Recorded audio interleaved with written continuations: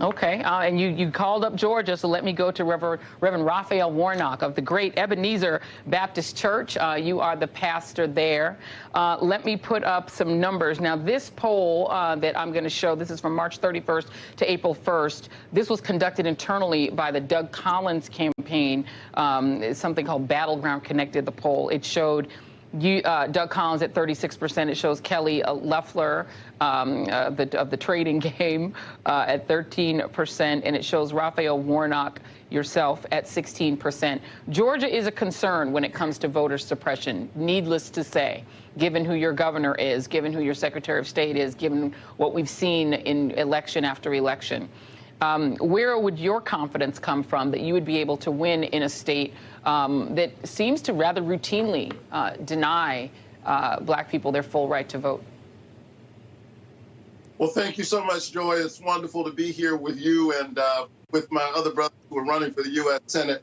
Happy Father's Day to everybody. And when I think about Father's Day, I can't help but think about my own father, who was a preacher and a businessman, really a junk man who spent his days picking up old cars that other folk had thrown away. And then on Sunday morning, he preached on Sunday mornings like this to people who themselves felt thrown away. And it's his vision and commitment to a more inclusive humanity that's helped to drive me into this race. We can absolutely win in the state of Georgia, and the other side knows it. That's why they are engaged in such shameless forms of voter suppression. It will not stand. Remember that, yes, this is a state that is not embarrassed to participate in voter suppression, but also the home state, or the state now, of Congressman John Lewis. I'm proud to be his pastor. He's my mentor and supporter. He fought so that we might have the right to vote.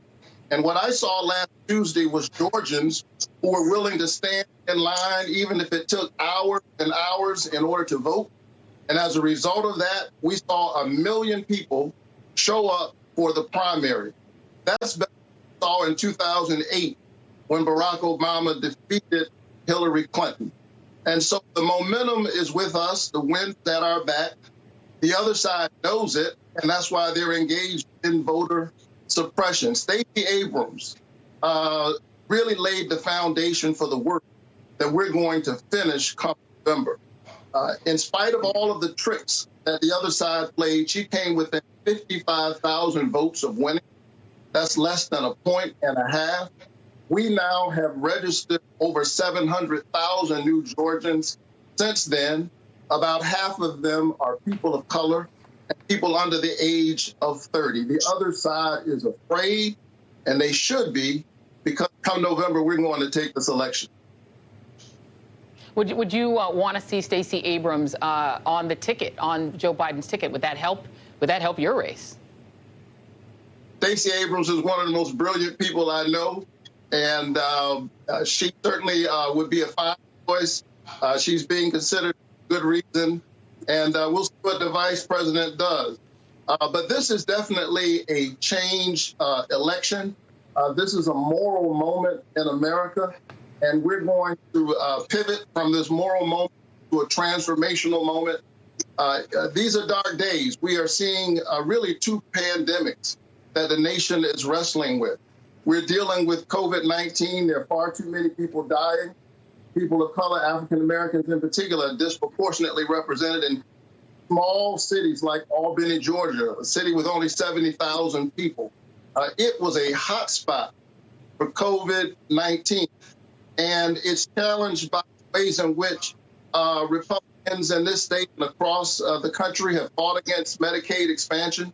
I got arrested a few years ago in a governor's office, staging a sit-in, arguing for Medicaid expansion. And I say that not so you can feel sorry for me. If you're the pastor of Ebenezer Baptist Church, Dr. King's Church, you can't be afraid to get arrested. It's an occupational hazard.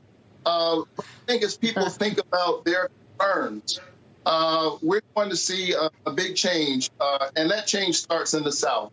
As goes the South, so goes the rest of the nation. It was true during the Civil War. It was true during the Civil Rights Movement. And I submit that it will be true in 2020. We have a president who stood in the Rose Garden the other day and used police in order to remove peaceful protesters from in front of the White House so he could go and stand in front of a church and hold it upside down. As a preacher, I submit he should read that Bible where it says, do justice, love mercy, walk humbly with your God. Well, that plaza has been changed to Black Lives Matter Plaza. It is a signal to Donald Trump and to those who enable him, including the two on the other side that I'm running against, that come November, the people are coming back to get their House and the United States Senate.